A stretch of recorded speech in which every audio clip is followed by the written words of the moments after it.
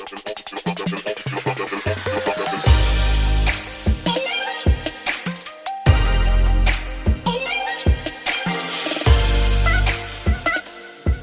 from Allseeingeyetarot, here with the monthly love scope for the zodiac sign of Sagittarius, Sun, Moon, and Rising for the month of January 2019. Happy New Year, Sagittarius. Sorry that your reading took so long. I've been having a lot of things going on. I'm trying to get caught up. I have a flood of people coming in for that up to the minute, so I'm trying to just work everything out. I'll get it together, Linda. Alright, so here we go, Spirit.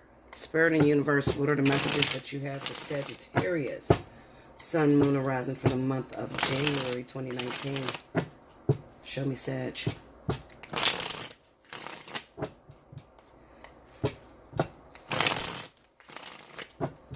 Two more here, guys.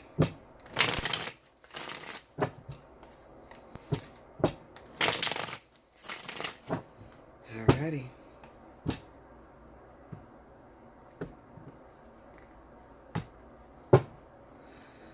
First card, Strength. Judgment. And the Lovers. Under the Strength card, we got Death. Under Judgment, we have the Sun card. It's a lot of major arcanas. Those are all major arcanas. The Ten of Wands. Under the Death card, we got the Five of Cups.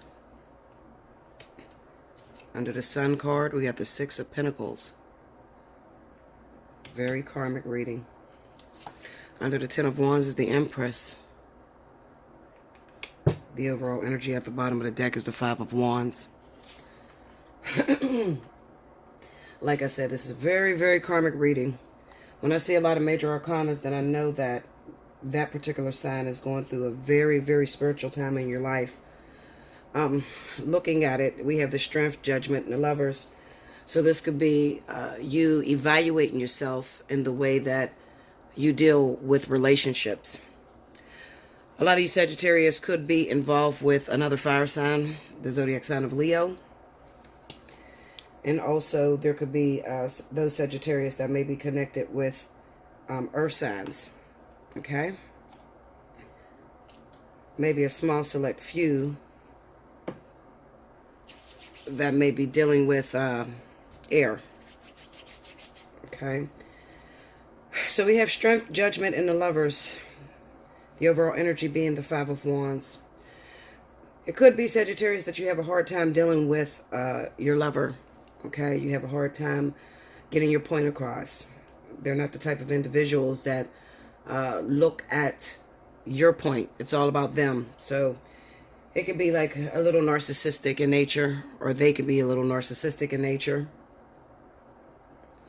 I feel like for those of you this month that may be dealing with a fire sign, I feel like you're going to become overwhelmed with constantly repeating yourself over and over again and never getting to a solution. Okay, we have the Death card, the Sun card, and Ten of Wands. So you're probably recognizing that this is not the relationship that you really want. Okay, it's uncompromisable. The communication goes to shit, and it's always all about them. Okay, usually Sagittarius knows how to flex with, people like that. Okay, however, we could be having a clash of the wills that's going on. So if you're dating another fire sign, it could be all about the egos, okay, that get involved. We have the Five of Cups, the Six of Coins, and the Empress. So this could definitely say that even though you may have made a quick decision to leave your lover this month, you might be feeling a little regretful. Now, in this type of reading, I would definitely recommend the no contact rule. If you don't know what the no contact rule is, definitely go on YouTube. There's a lot of people that speak about no contact when you're dealing with a narcissist, or when you're dealing with someone who just never sees your point of view, and you constantly have to just be quiet because you're trying to prevent an argument. All right. And they usually tell you to go for 30 days. I'm going to recommend that you just wing it. Okay. And what that entails is just no contact, not reaching out to your lover. If you guys broke up, don't reach out to them at all. Try not to respond, at least for a little while. If it's simple text, hey, how you doing today? You know, um, and it's like, let's say you've been going through the no contact for like 3-4 days. If you feel like saying something, I would say, oh, great. Make it look like your life is great, even if you're hurting. Okay. But leave it at like one word. You know what I'm saying? Like open, close statements. You don't really want to get into, oh, you hurt me. You did this, you did that. And sometimes, when your partner, when you're going through the no contact rule, when your partner is beginning to miss you, a lot of times what they try to do is provoke anger in you. Okay. And whoever gets angry usually wins. Okay. But you don't want to show them that you're angry. Okay. You want them to change. That's what you're going for. You're going for change. So usually I recommend, anywhere from like a week to 2 weeks. You don't really want to hold it over that. Some of these coaches are like bogus, 30 days, no fucking contact. Okay. You can try that shit if you want to, Linda. You'll move on with a new bitch. Okay. You don't want to go 30 days. I mean, just maybe a week, especially if you have a partner that you've been with for a long time. But the main important thing is to make sure that you're doing it to somebody who's actually engaged, someone who is engaged in you or interested in you. If you have a partner that you only see every 6 months, or it's, hookups and booty calls, then that no contact rule is not going to work. But if you have a living partner, or you guys been together for a very long time, then doing the no contact could be very beneficial to your relationship. What you're trying to do, obviously, is to get this person to wake up, to realize that they're nothing without you, or that being in a relationship with you makes their life a lot better. Okay. And sometimes when you're trying to provoke those feelings in a person, you have to back up. All right. You have to back up. You have to resist wanting to reach out to them, wanting to text them, wanting to argue with them. You have to resist that, and just let them run out there and chase whatever they think they're chasing or looking for. Okay. For instance, I'll put it to you this way. Me and King, we've been on a no contact since Monday, the 31st. I have not reached out to him. I actually had him blocked on my phone. And then I thought about it, like, why the fuck would I block him? Then I can't see if he's reaching out. So I unblocked him yesterday. But I had him blocked on my phone, and I had went to the store yesterday, and I hadn't reached out to him. I hadn't texted him or nothing. I hadn't called him or anything. I went to the store yesterday, and I'm on the phone with a client, and as I'm getting the bags out the car, he pulls up on me. You see? So, it's like he tried to catch me in a vulnerable moment, and instead of, where you get that brand new car from, and, instead of creating anger, I just pretty much was real nonchalant about it, and he was like really aggressive, trying to kiss me, carry my bags, that sort of thing. However, I'm still on the no contact rule. So even though I seen him and he wanted to show off that, I'm out here working, I'm not just leaving you and cheating on you and just saying screw you and my daughter, I'm out here actually making things happen. Look what I did. I got a brand new car.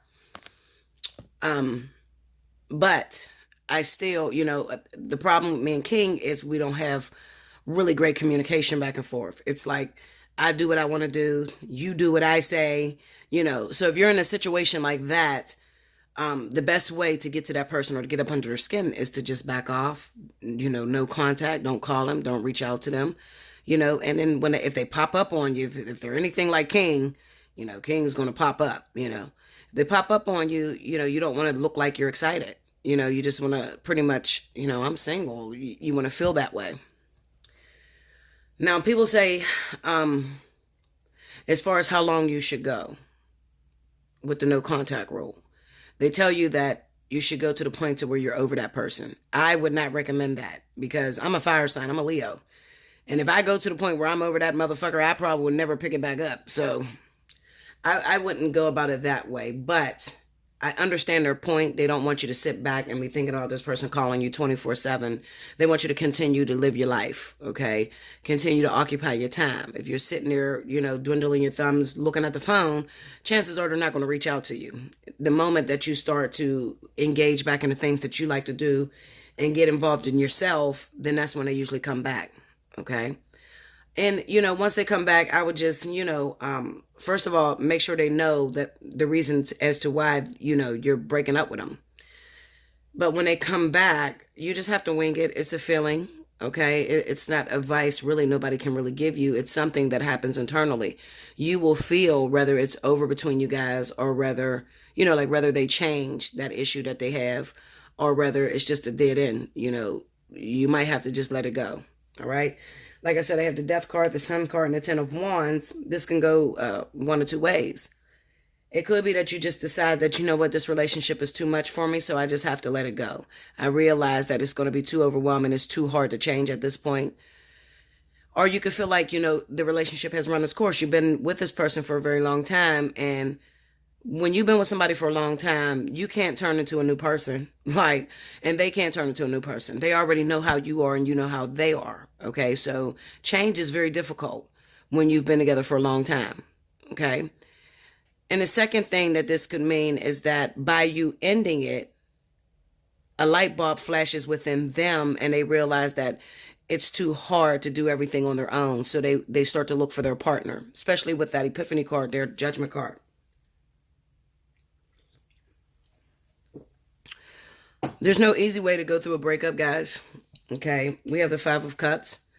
In the beginning, when you first break up, you're going to feel drained. You're going to want to cry. You're going to feel like, your blocks have been knocked down and or everything that you put into this relationship just went to shit. You're going to feel that way. Okay, there's no easy way to get through a breakup. But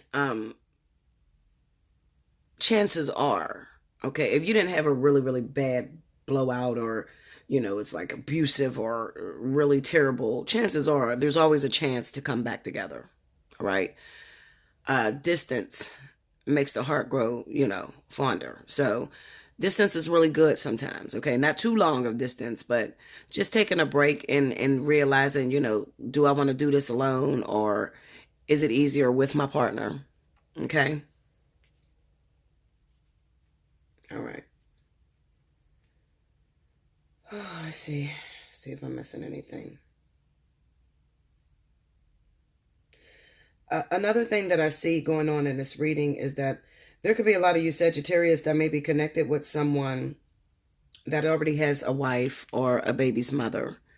Okay, they already have someone, and you could be trying to, or you have been messing with this person on the side, expecting them to walk away from that previous thing that they got going on. All right. The first thing I'm going to say to you is, number one, you don't want any man or woman that is cheating on their baby's mother or their wife or their husband. You don't want that. Okay. Because even though you feel like, everybody is different with everybody. Yeah, I understand that. But the truth of the matter is, if they're cheating on that person that they married or that they once loved, eventually they're going to cheat on you too. That's just a person that has issues with commitment. Okay, so I like to tell people, everybody has a vagina. Okay, and everybody has a penis. Okay, and everybody's penis get hard. And if they don't get hard, then you get some Viagra. And every vagina gets wet. Okay, that is not what keeps a person with you. Okay. Also, a fat bitch could get skinny like a skinny bitch could get fat. A broke man could get rich like a rich man could go broke. Those are all vanity. Those are not the things that keep two people together. What keeps two people together is purpose. Having a purpose and a common goal with one another. Okay? And what I mean by that is this person, anything that's going to last very long, this person should be able to mirror back to you your flaws. You should want to change. You should want to grow when you're in a relationship with a certain individual. Okay. And it ain't easy. Sometimes it's very difficult to look at yourself in the mirror and see the flaws that you have. Okay. And a lot of times what happens is when that person starts to mirror to you how you are, you want to break it off with that person. Okay. You tell them that they're narcissistic and you're selfish and you just want to see everything's wrong with me and there's all these problems with me. But the truth of the matter is, as long as there is an even flow of teaching going back and forth between the two of you, then you have purpose. If you can no longer teach that person something and they can't teach you anything, then there's no purpose there. Okay? Chances are you're going to split up. It's not even worth you guys being together. Okay? Purpose creates passion. Passion gives you the will to want to fight for your relationship and keep it going. Okay? So I wouldn't recommend that third party situation shit. I really wouldn't. Another thing that I try to tell you guys, and people get really angry with me, but I'm trying to keep it 100 with you. When it comes down to men are different than women. Okay? Women are receivers, men are givers. When it comes down to men, if you are willing to date a man while he's married or in a relationship, chances are, if he leaves that married woman, the woman he's married to or the person he's in a relationship with, he's not going to choose you. Because you already were second best in his head. Okay? Nobody wants sloppy seconds. And that's a hard pill to swallow. But I can't tell you how many times a person is involved with someone who's married and then they go through a divorce and then you end up finding out that he moved on with someone else and he didn't choose you. So just don't waste your time on that. It's best to just tell that person, listen, when you're done or when you decide that you're done dealing with this person and you got some room in your life, then I'll be here. But until then, I'm not going to play as your mistress or your side chick or whatever. I don't want to hear your sob stories. I don't want to hear that you don't love her, you don't sleep in the same bed, all the bullshit the men tell you. Fuck all that. No. When you are free and you're looking for a commitment, that's if you guys are looking for a commitment. Some people ain't looking for a commitment. But if you're looking for a commitment, then you want to go into a relationship where there's nothing on each other's plate. At least there's no relationship already in process. Okay? Let's pick a card from the Journeys of Love. That's what I see going on with you guys. I don't really see much about employment. It's love. It's all about love and learning. Learning your worth. Definitely learning your worth. And also, this month for Sagittarius highlights the no contact rule. You're going to have to play that, okay, to salvage your relationship. Because at this point, you're overwhelmed. You don't feel like you're in a relationship. You feel like you do everything by yourself. And you can't get through to this person. It's too hard. There's too much arguments, too much competition. So this calls for separation. Okay? All right, let's see what we got from the Journeys of Love. Sagittarius. What's the message for Sagittarius?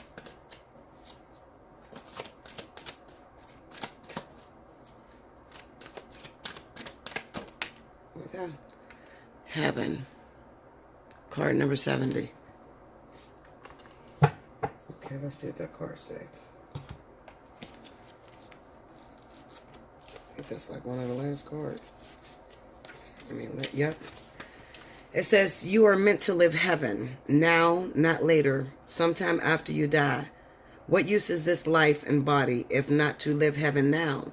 Look for the mad divine geniuses in all that is, especially the puzzling parts of your life that make you scratch your head or tear at your hair or scrunch up your face and scream with frustration. Those are the places in which the divine is saying, here, heaven is hiding. Let's unveil it together. Let me show you. Let me unveil your own mad divine genius right here. Look for heaven. Even in hiding, it will not withhold itself from you for long, beloved. It wants to know. It wants to be known by you. This oracle brings you a special message. The enlightener is calling you to more, to more, to more. More divinity, more love, more acceptance, more embrace of life itself. There is no limit in what is being offered to you from the divine lover, calling to you, the beloved. Rejoice and know that the dance of love between you and the divine is a removing of veils of illusions, one at a time, until you behold each other naked and true, finally to discover you are each other. You are love. You hear that? So it basically goes hand in hand with what's going on with you guys, okay? Too much competition, too much fighting going on. Nobody's listening to the other, okay? You can't move forward like that, okay? There has to be an equal balance of teaching going back and forth. If you can't learn something from that person or you can't teach something to that person, it's dead. The sky ablaze with morning light on silver wings of birds in flight. In gratitude a tear released, a knowingness embraced at peace. She speaks to those that gaze below, ancestral wings which call my soul. To open hearts and soar above, and all the winds awaits this love. Okay? So that's your message that I have for you, Sagittarius. Take advantage of up to the minute if you haven't. It's the last week I'm going to run it. However many minutes that you want to speak for, that's what you pay for. Okay? Make sure that you're putting that in your subject line. People get in my email and they say, I want a reading. Okay, well, which reading? How many minutes you want? You got to let me know that, okay? You kill time when we got to go back and forth. And then, I may have a slot open. And please, guys, you ask me all the time, when is your next available? I cannot tell you that. I book by the minutes, literally. I can tell you where I'm at. I'm in next week right now, okay? But I book by the minutes. People are constantly wanting readings. So those time slots are filling up. So hit me up at Allseeingeyetarot@gmail.com. Make sure in your subject line you have how many minutes you want. I'll send you back an invoice. You get that paid. I'll get you on my schedule as soon as possible. Okay? Sometimes it takes me 24 to 48 hours to get back to you with a time and date. And that's just because you're in the line, believe it or not. Okay? So I'm booking first come, first serve. But at least when you pay, you're going to be in that slot. So as I go through my email, I'm going by the ones who paid, before, first come, first serve. Okay? Like, share, comment below. Subscribe if you haven't already. Hit your notification button. And until next month, thank you, Sagittarius.